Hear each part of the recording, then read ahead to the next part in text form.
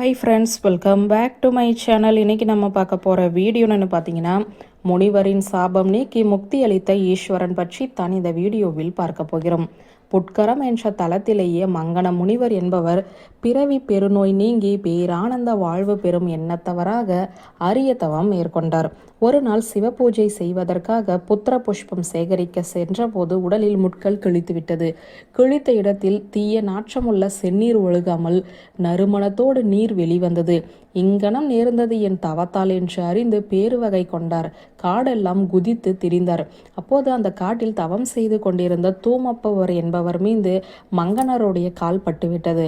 அதனால் கோபம் கொண்ட தூமப்பர், நீ முயல் போல பாய்ந்து குதித்தமையால் முயல் ஆகுக, என் மீது பட்ட கால் முடக்கு கால் ஆகி திரிக என்று சாபமிட்டார்.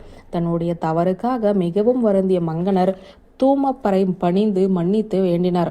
அவர் திருப்பாதிரி புலியூரை பற்றியும் பாடலநாதனை பற்றியும் கூறி அங்கு சென்று இறைவனை வழிபட்டு சாப விமோச்சனம் பெறுக என்று சொல்லிவிட்டார்.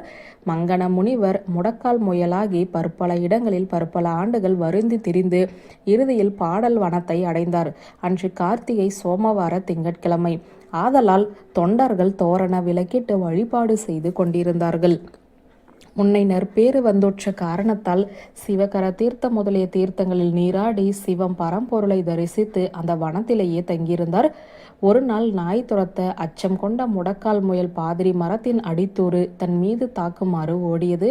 மரத்தின் தொடர்பு நிகழ்ந்தவுடன் சாபம் நீங்கி முனிவர் உருவம் பெற்று மங்கன முனிவர் பாடலநாதனை பூஜித்து முக்தி பேறு பெற்றார்.